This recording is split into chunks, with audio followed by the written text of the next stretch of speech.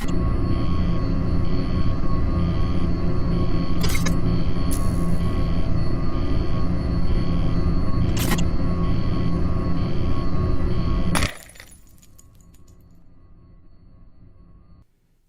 everyone! So, I'm refusing to say anything regarding the day of the week because of my mess up last week. So, thanks for choosing to hang out this week. I picked this week's topic to mix things up a bit and add a little variety to our programming. So, let's talk urban legends. We're going to cover 10 urban legends in no particular order that I found creepy or had some kind of semblance of truth to their origins. So, as always, sit back, relax, and let's dive in. Charlie No Face. Charlie No Face, or the Green Man as he is sometimes referred, is Pittsburgh's local boogeyman. He is said to be a horribly deformed man who the locals claim wandered the deserted highways at night. He lacked eyes and a nose due to it being melted off either by electricity or acid, depending on who tells the tale. They claim his skin was turned green due to this accident, which apparently occurred near an abandoned railroad tunnel in South Park Township off of Snowden Road. Charlie is a specter doomed to stalk the desolate highways for all eternity, with some concluding that he murders those poor, unfortunate souls who come in contact with him. But, much like most urban legends, there tends to be some truth behind the tales. Charlie No Face was actually a real person named Raymond Robinson, who did in fact suffer a horrible accident. In August of 1919, Robinson was 8 years old when he was out for a walk with his sister and friends in Newcastle, Pennsylvania. The group noticed a bird's nest perched atop a tree next to an abandoned trolley trestle. Ray wanted a closer look, with curiosity getting the best of him, so he climbed up, except he accidentally touched a wire that had once powered a trolley. He was electrocuted. His lips, eyes, and nose were gone or misshapen. His arms were maimed, and one of his hands had been blown off. But somehow, Ray survived. He was ostracized even by his own family. But he made the best of it by learning to read Braille and to make wallets and doormats out of old tires for income. He began to walk only at night along local highways for fresh air and to avoid the public. It didn't work, however. Many people saw Ray, and the rumors of a horribly disfigured man began circulating, especially amongst teenagers who often searched him out. But what people came to learn is Ray wasn't a monster after all. He was a genuine person who just liked to have a good time. He loved to drink beer and smoke. The encounters became his main connections to the outside world, with many people wanting to take pictures with him and often buying him a beer in exchange for his time. He didn't always have it easy, though. As many of us know, the world can be a very cruel place. But those who enjoyed being around him often spoke highly of Ray, stating he was always very positive about his situation. Ray died in 1981 in a nursing home and is buried in Beaver County. Water Babies of Massacre Rocks. Outside of Pocatello, Idaho, is a state park called Massacre Rocks. It is known for the role it played during the Oregon Trail era. Snake River runs through the Massacre Rocks area and is said to be a hotspot for paranormal activity. They have an urban legend regarding a tribe of Native Americans who once called the area home.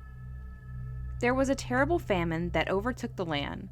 Crops were dying and animals were gone, and the tribe was running out of options to feed themselves. It became so intense, they decided there wasn't enough food to feed everyone, and this included the new mouths that were born during the time, or recently born. So rather than the children starving to death, mothers were forced to drown their babies. The story claims these drowned babies changed form, growing tails, fins, and gills.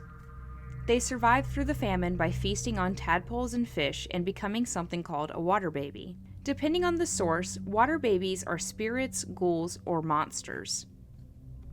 It is agreed they are childlike creatures, but they often pose conflicting characteristics.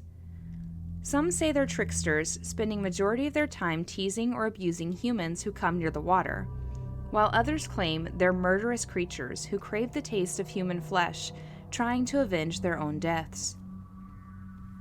If you sit by the river, some claim you can hear the sounds of babies crying. Many believe this is an attempt by the water babies to lure their next victims. Homie the Clown. In Chicago during the fall of 1991, school-aged children circulated a rumor for weeks about a man dressed as a clown attempting to abduct children. They called him Homie the Clown after the character played by Damon Wayans on the show Living Color. Homie on the show was an ex-con known for carrying a sock that he used for knocking bratty kids in the head, coining his iconic catchphrase, "Homie, don't play that." The children were afraid to walk home because Homie was in their neighborhood. The clown they feared roamed the streets trying to lure the kids into his white van, or maybe even just snatching and throwing them inside. No one was exactly sure of the details. They always seemed to change depending on who you asked about Homie, but the one that stayed consistent is he was always nearby. He didn't leave any traces, so police treated the sightings as an urban legend at first.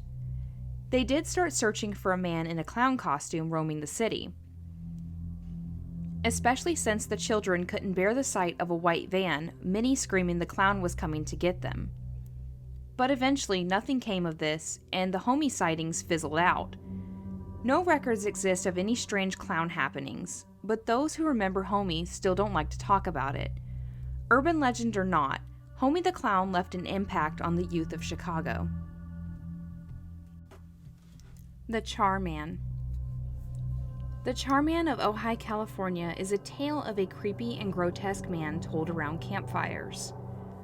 Ojai is a hot valley in one of the driest parts of the state, so as you may have guessed, it's pretty prone to wildfires. This came as no surprise when in 1948 a wildfire burned a large portion of the valley. Due to the limitations of the time, families had to wait days for aid from the authorities. In the hills to the south of Ojai sat an isolated cabin where a man and his son lived. The pair mostly kept to themselves, and this, however, turned out to be a critical error. The people of Ojai seemed to have forgotten about them, and their cabin was in the direct path of the fire. The cabin was consumed by flames, and the father burned to death. The son, however, survived, but he was unrecognizable. A smoking wreck of a man burned all over. Then something in him snapped. No one knows quite what happened. Authorities arrived days after the fire and found a gruesome sight. The father had been flayed of his skin and hung from a tree. The police switched to high alert and began searching for the perpetrator. Labored, inhuman wheezing was heard nearby and officers converged. The son emerged from his hiding spot, a mass of charred flesh, but somehow still able to move. The police were gagged by the smell and lost their conviction, and the son escaped. He ran into the hills, making it the last time anyone saw him up close. People say the Charman is still out there. He's been seen lurking around the rural Creek Road looking to take skins of unsuspecting victims, possibly to replace his own. A campground in the area known as Camp Comfort has gained a reputation for being his stalking grounds. Charman walks the area at night but doesn't seem to be brave enough to enter tents. He is said to go after hikers, especially those alone, in cars that are stopped. Reports of the Charman has attracted the attention of local police and media. Many believe these attacks are nothing more than an animal. But, dangerous as the Charman seems, the town embraces him. A bridge located down Creek Road is called Charman Bridge and appears to be where most of his sightings have occurred. The Bus to Nowhere. In the Pennsylvania region, they have a public transit system like most cities. Theirs is called SEPTA, or Southeastern Pennsylvania Transit Authority. Most of these buses are ordinary, with planned routes and destinations, except one according to locals. The bus to nowhere looks like the rest of the fleet, except the marquee displays neither a number or a destination. It simply reads SEPTA. This bus doesn't appear on any schedules, at the station or online, so you can't wait on it. The bus will only appear when the rider is at their lowest point in life, feeling hopeless and rejected and just wanting to get away from their troubles. In order to ride this bus, you have to catch it. It can appear on any road or block, and once it does, it will move slowly away from you to ensure it's something you really need before climbing aboard. You would then climb aboard with the driver and other hopeless individuals looking for answers. You pick a seat and have no planned destination. You're allowed to ride as long as you need, meaning this could be hours, days, or even years. Once you're ready to face the world again, and they say you'll know when, you'll pull the cord to signal you want off. The bus then drops you off exactly where you need to be. This could be anywhere or any point in time. The doors will close and the bus will pull away like nothing happened. The mysterious bus reportedly roams the streets of Philadelphia and surrounding areas. The popular opinion is, ride if you feel you must. But, word of advice, don't overstay your welcome. You just never know where or when you'll end up. The Candy Lady. In the early 20th century, children started going missing in a small county in Texas. The locals began blaming these disappearances on the Candy Lady, a woman who supposedly lured children into her home with candy and sweets. The children people believed were affected by this urban legend told stories of how they would wake up to candy on their windowsills. The children refused to tell their parents, fearing that they may try to stop whoever was leaving the candy.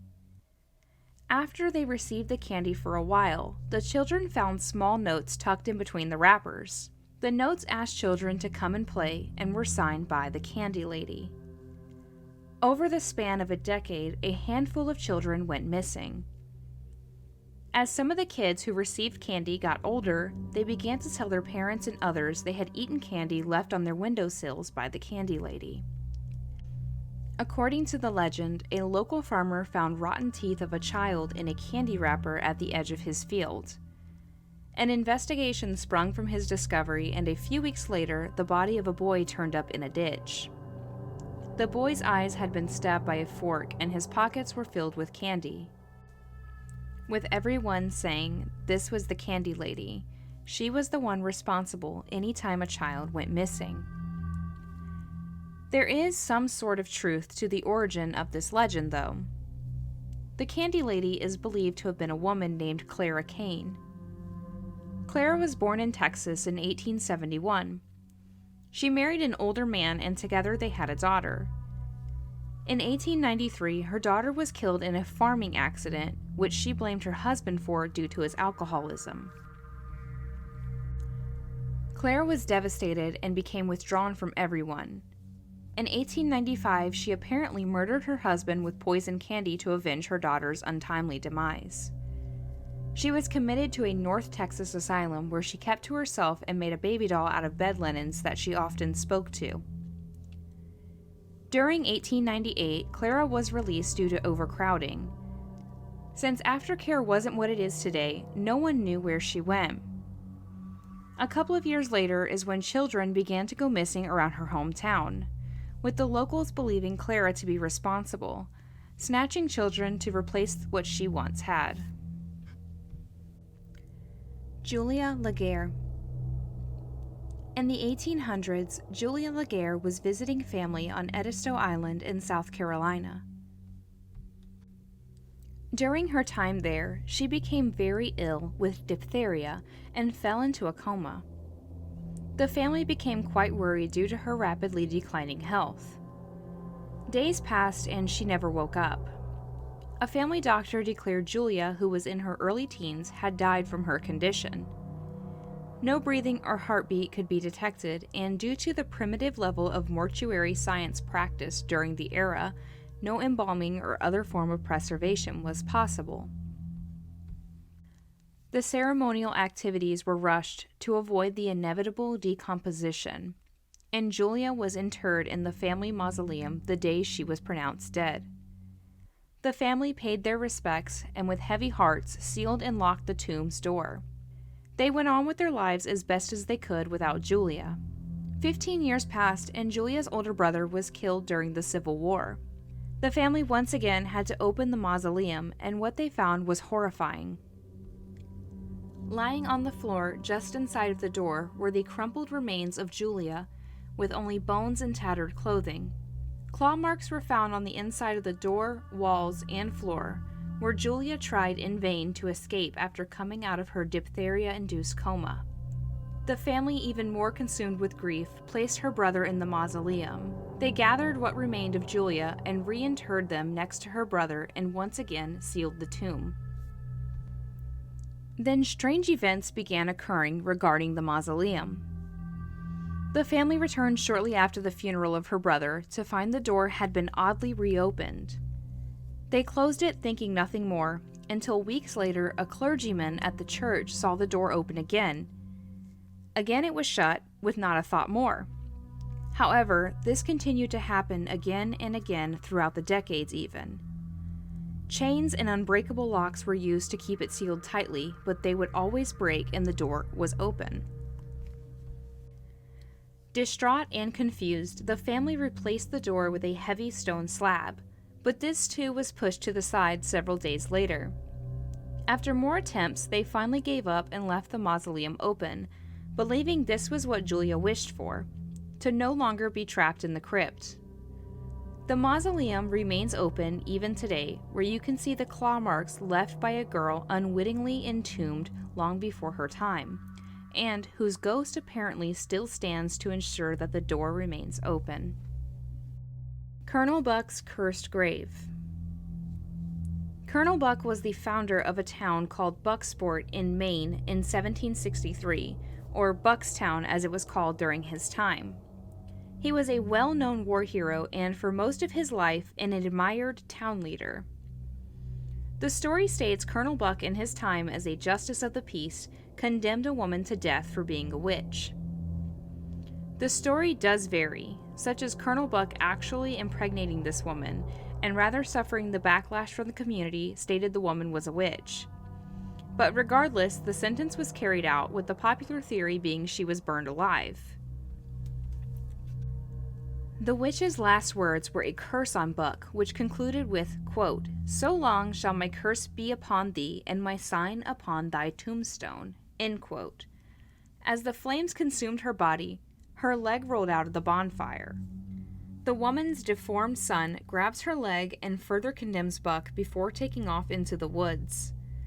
Jonathan Buck died on March 18, 1795, and the memorial in his honor was erected 60 years after. Just as soon as the monument popped up, so did a mysterious stain in the shape of a leg on the stone. Attempts to remove the stain have all failed. It can be washed away, but it always returns. The legend of the tomb have grown and mutated over centuries, forming a tourist attraction. Visitors also note another stain high up on the monument in the shape of a sideways heart, many believing it signifies the secret love theory between Buck and the woman. Historians have noted that there is no record of anyone being executed in Maine for witchcraft. No one knows what really happened, but the curse of Colonel Buck's tomb continues to live on to this day. The Bunny Man. The urban legend of the Bunny Man originated in Fairfax County, Virginia. The stories occur around Colchester Overpass, which is often referred to as Bunnyman Bridge. The legend has evolved and changed through the years, but the story seems to follow similar lines. In the early 20th century, deep in the woods that divided the town of Clifton from the Fairfax station, there was an asylum for the insane. The asylum closed, and the residents were piled onto a bus bound for Lorton Prison. On the way there, the bus crashed and the residents escaped. All were accounted for but one, Douglas Griffin. While searching for him, authorities found a trail of half-eaten and gutted bunnies, with many hanging from the overpass. They searched for months for Griffin, but he was never found. Then, on Halloween, several teens were hanging out under the overpass when they were attacked at the stroke of midnight. The next morning, they were all found hanging from the overpass, gutted just like the bunnies. To this day, it is believed if you were under the overpass at midnight on Halloween, you suffered the same fate. The story sounds spooky, but historians have poked holes. There has been no record of an asylum in that area, and no record of an escaped mental patient by that name. But there are true accounts of a man in a bunny suit terrorizing people. On October 18, 1970, the Washington Post reported Air Force Academy cadet Robert Bennett and his fiancée were sitting in a car on the 5400 block of Guinea Road in Fairfax. It was around midnight and the couple were near his uncle's home, when suddenly a man in a white suit with supposed bunny ears appeared out of nowhere and yelled at the couple, stating they were on private property and he had their tag number. The couple then started the car in an attempt to leave, but not before he threw a wooden-handled hatchet through the car window. Neither of them were hurt. 10 days later, he showed again 1 block from his original sighting. Private security guard Paul Phillips spotted the man on the porch of a new unoccupied house, and he was holding an axe. He apparently asked the man what he was doing there. Rather than replying, Bunny Man began to fiercely chop into the pole of the porch and then threatened Phillips, stating if he didn't quit trespassing, he was going to attack him. These sightings were confirmed, with reports even being found from the Fairfax police looking for a man in his late teens or early 20s dressed as a bunny, but this turned up nothing. No one knows who the Bunny Man was or what motivated him. The town of Clifton embraces their local legend with t-shirts and a haunted attraction in his honor every Halloween. Lake Lanier. Lying in the northern part of Georgia, sprawled out among the foothills of the North Georgia mountains, is Lake Sidney Lanier, or more simply known as Lake Lanier. It is a man-made reservoir and is the largest in Georgia. The lake is massive, being 258 feet at its deepest point and containing 692 miles of shoreline. The origin of the lake is traced back to 1948, when the U.S. government began purchasing privately owned land in order to create a lake to provide electricity and water to Atlanta and surrounding counties. Eventually, more than 56,000 acres of land owned by some 700 families and the community had been acquired. The U.S. Army Corps of Engineers began to build a dam from the Chattahoochee River to begin forming Lake Lanier. By 1956, the dam was complete and they began the process of flooding the foothills. This lake brought many benefits, with the main being flood protection from the Chattahoochee River. Today, the lake has about 625 billion gallons of water and yields some strange paranormal happenings. To prepare the land to be filled with water, the Army Corps of Engineers demolished or moved anything considered dangerous, such as any structures that could float, like wooden buildings and trees which had to be uprooted and removed. Left behind, though, was an old auto track, concrete foundations of buildings, structures, and roads, which were all submerged by Lake Lanier. This also included the local cemetery. The marked graves were exhumed and moved out, but they had no way of knowing where to find any that were unmarked, so they were left behind.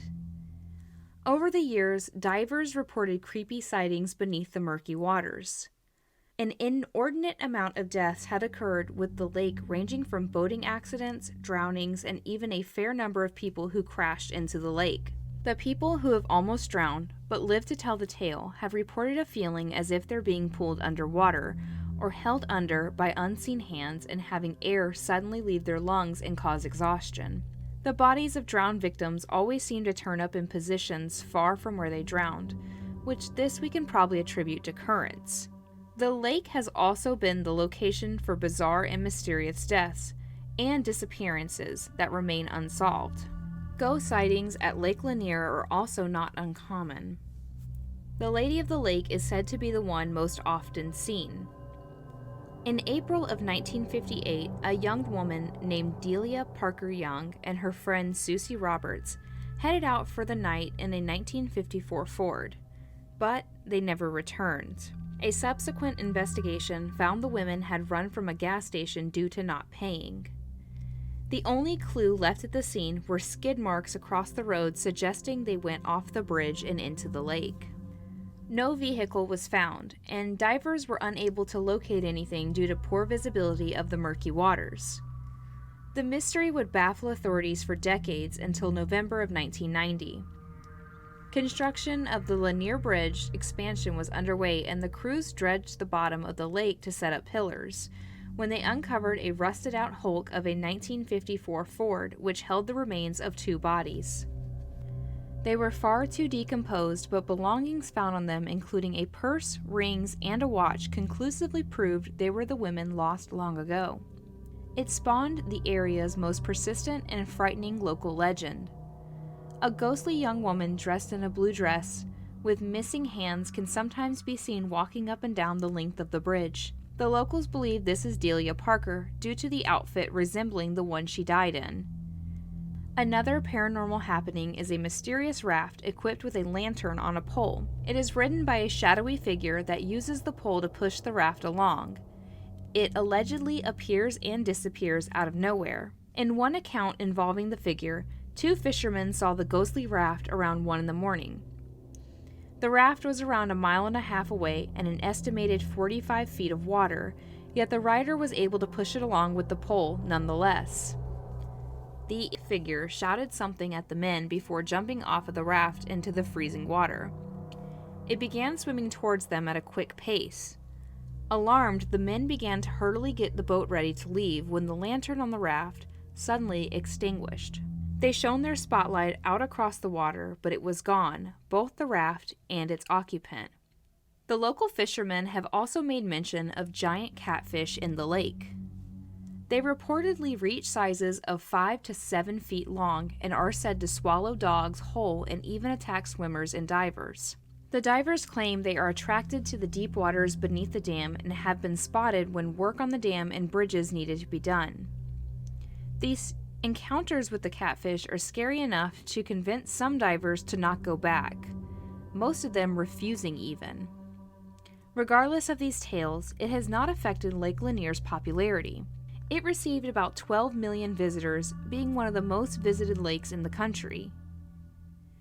So, is Lake Lanier just filled with spooky lore because of its history, or is it truly cursed?